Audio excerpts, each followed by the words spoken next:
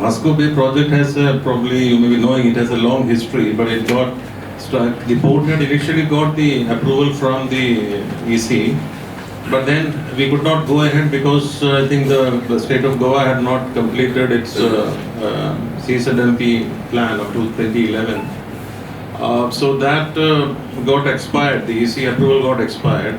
We tried to get it renewed, then EC, the Environment Ministry also informed us that there is no kind of clause to extend the approval. So we had to again go, afresh, we had to apply.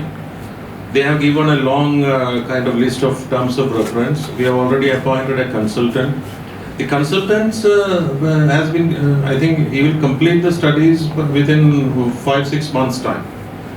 So we will be ready to submit the entire thing back to the Ministry of Environment maybe in another 6 months' time. Then the approval from the EC, and most importantly where it will get stuck is the availability of the project land, where already the government of Goa and the Murgaon Port has already signed, along with the Fishermen's Association, there is already a signed MOU whereby some 35 to 40, I think, households have been identified in the project, that footprint area. So ultimately it will come to the rehabilitation of those, then the project will kind of be a reality.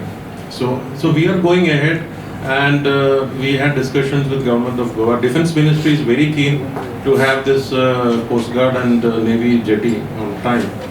So they have been pushing us. They have been also in discussion with the Government of Goa. So I think towards the end of this year we'll get some kind of an idea about it. So we would have submitted the approval to the Environment Ministry. Maybe within 6 months we'll be able to submit it. So then, would you like to add something? अभी connectivity बहुत अच्छा हुआ है, तो आप कुछ नए cargos की तरफ आगे लाने की कोशिश करेंगे? Yeah, thank you. That's a very good question, because the connectivity, one is a majority, 95-97% of our cargo is presently going through the rail. We are using the rakes for the transportation. A very small percentage of the cargo moves through the road. So, but because of the 4-lane, the port connectivity which has come, this will definitely kind of enhance our chances of getting more cargo from entire hinterland, not only Goa, North Karnataka, and maybe southern Maharashtra. That is why we had constituted a business promotion council in the month of October, involving the Karnataka Chamber of Commerce, then Goa Chamber of Commerce, all the trade bodies, to let them know about the improvement in the connectivity and what all we are doing to improve the business. And as you have already seen, we are going to get 2 HMCs installed by the end of February, and so we are hopeful that we'll be able to start the handling of containers from at least a March end or April beginning. We are already in kind of discussing with the cruise lines, the trade bodies, the pharma sector, to kind of get more and more containers. So there is a kind of scope of improving the business. The question is the same thing. So we have done a study under the IIT Mumbai of the dust pollution and air pollution in this area. I'm not saying that the coal will not pollute, but even in the study it came out that mostly it is the road dust and the biofuel, the biomass burning, which is contributing to the pollution than the port pollution. So obviously I'm not saying that port is not polluting, but port is not the major polluter. That is the study which was done on the insistence of the Goa Pollution Board, also showed that the road dust and this biomass burning are the major sources of pollution. So what all measures MPA has taken to control this dust pollution Yeah, I think most of it will, when you go down to the port, you will see that we have all these systems, the mist cannons and all the dust suppression systems. Why we have invested 4 crore on a project pipeline project is with the SIDCGL is we are bringing that much water, the treated water into the port, the 100% for the dust suppression things. Then you today I think the silo loading, probably they may not be able to see today the silo loading, but the way the coal is handled and it is conveyed through the conveyor belt and it is loaded, you will see that there is very less chance of kind of polluting. Whether the finer dust will come up, again Adani, when you go to Adani today, they will explain, they are also coming up with some kind of measures whereby they will put a filament over the coal stack. There is some chemical which can be mixed with water, and if it is sprayed, it will form a kind of a small cover over the stacks of coal. So all these measures are being taken, and you will, I think you will be able to see and appreciate what are the measures which we are taking to reduce the pollution. And as you have seen from the presentation, and if you look at the ambient air quality readings, you will see that it is much less than the what is permitted. So also dome is also coming. Yeah, the JSW, that is SWPL, they are coming out with a dome which you will see now when you go. They have already invested around 160 crore, and the dome structure is complete. It will be the structure will be completed by the end of February. So that dome is already in place. And Adani is also taking other, depending on the latest technologies, they are also putting some measures in place to kind of reduce it. अभी sir presentation में हमने tourism के बहुत सारे project देखे जो आने वाले हैं, लेकिन आपको लगता है कि एक तरफ से कोल है और टूरिज्म, ये दोनों पैरेलल चल सकते हैं? Yeah, definitely. See, if you, I think you are going into the port, so you will, I understand that when you are standing at the cruise terminal, you will not notice anything related to the cold, unless that is in your mind. So you will not be able to, physically you will not be able to kind of, many ports are handling it at that way. It is, so some places they'll cover up in a beautiful way, where coal handling is. But it has not affected, the handling of the coal has not affected our kind of cruise visits in any way. Okay, और sir दूसरा सवाल ये है कि यहाँ के local लोग हैं, वास्को के लोकल लोग हैं, वो लोग सोशल मीडिया पे हम लोगों ने देखा बहुत से video. So today if you see in the country, in India, I think India is the 5th largest reserve for coal. 5th largest reserve in the world for coal. Then the question comes, should we use this large reserve for our development or not? So the question is whether we should use this large reserve available in the country for our development or not.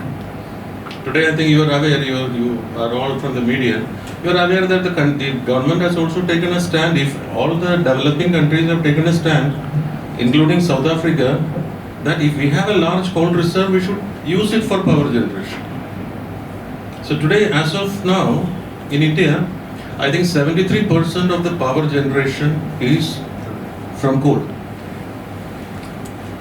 So this 73%, so today if we, in 24 hours, the power supply in our house, 73%, that is 18% of the power supply in a day is coming out of coal. So this is one thing we need to understand. Even South Africa it is 83%.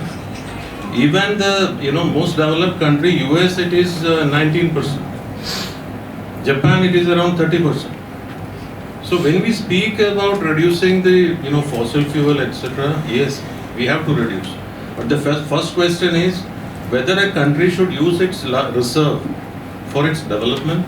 When we have an Amritkal vision of 2047, the country has also taken a stand. Yes, we need to use our coal for the power generation. Then the question comes, and why are we importing coal? We are importing coal because our country's reserve is mostly non-coking coal, which is low-grade, thermal coal. Our requirement is for steel, etc. Our requirement is coking coal and high-grade thermal coal. Where is this coking coal going? The coking coal is being used for steel manufacturing, the steel gets exported, steel gets consumed in the domestic market. Where what then? Why are we importing high-grade thermal coal? Because we have only low-grade thermal coal in the country. We need to mix the high-grade thermal coal and the low-grade thermal coal for power generation. So if you ask me how many power plants are in the country which is based on coal, I think over 200. There are over 200 power plants in the country depending on coal, producing 73% of the power which we require. So when you ask, do we need coal or not? So that is the thing. It is not that port wants to import coal. It is the country needs coal today because 73% of the power generation is from coal. Okay, so does the MPA... But then let me complete. Should we reduce it? Yes, we should try to reduce it. Second, as you said, that because it is required, then what can we do? Reduce the impact of the pollution to the maximum possible level by bringing in the best technology. And today, when you go to the port, you can see our port is one of the major ports in the country which has state-of-the-art kind of a piped conveyor belts, the automatic silo loading, everything, entire technology to reduce the coal pollution to the barest possible, thing. In fact, I don't know what is the issue because, they have not spoken to us, so they have not discussed with us. The project was inaugurated, and we have also not started using the kind of the road tel. Maybe we will start using it in a couple of days because we are also doing a trial run. Basically, I don't know what is the controversy. I think if it is about the gate which we have put, it's an entry point to the port. All the entry points to the port will have to be secured. So we are an ISPS compliant port where we follow the international guidelines to secure so all the entry points, if there are anything through which people can enter, there will be a gate. And the gate has two functions, it can be either closed or open. It is open today. So I don't know what is the controversy. We have not stopped anybody in using the road. वो gate रह के भी public को छोड़ा जाएगा sir या उनको बंदी रहेगी क्या इशू है? See, it is not the public. What we have to understand is that project is a port connectivity project. The transportation is towards the port. There is a down ramp, there is an up ramp for the cargo movement to our Baina warehouse. If you have seen our Baina storage area, so whether people can go, that can be decided by the government of Goa through a proper kind of a traffic. Our concern is there are two concerns. One is related to port security. I think the CISF is also here. Any entry point to the port will have to have a gate. Because in times of emergency or in law and order, we'll have to close it. But then it will not be closed on a kind of a daily basis. How the traffic has to move, that the government of Goa has to tell us how the traffic should move, where will the traffic police be. And if you have seen the down ramp, up ramp and the Vasco ramp, you will also understand that there are chances of accident. We don't want anybody to get involved in an accident, or that accident should not interrupt our movement of traffic into the port. So we have not said, we have not controlled the access to any part of the road. And the up ramp is it is not a part of the NHAI project. It's a project of the port to take the cargo outside. As I was telling somebody, the future of the port depends on the doubling of the railway line. That is one key thing. And second is the capital dredging. Today we have a draft of around 14.5 meter in the port. We need to enhance it to almost 18.5, 19 meter. Because today the large vessels, that is cape size vessels, have to unload some cargo before coming into our port, because our port doesn't have that draft required for cape-size vessels. So if we, the one major requirement in future is the capital dredging, facilitating the cape-size vessels to come into the port, and the doubling of the railway line, allowing the cargo evacuation. Because we have a very small port, our storage facilities are also not that high. So the cargo evacuation is also of utmost importance. So if the capital dredging, as we have shown in the presentation, you will find it in your copy, hard copy. So would require around 350-400 crore minimum, which we'll have to invest, and that will definitely take care of the future. That is a major infrastructure we are looking into for the future. But immediately the HMCs will help us to get back the container business which we were doing earlier. And as you all know, the Goa is a pharma, kind of a hub. The potential is 13% of the all India export is happening from Goa. That's a major kind of a business which we can look at. But then we need to kind of give them all the facilities which today the Jawaharlal Nehru Port is offering.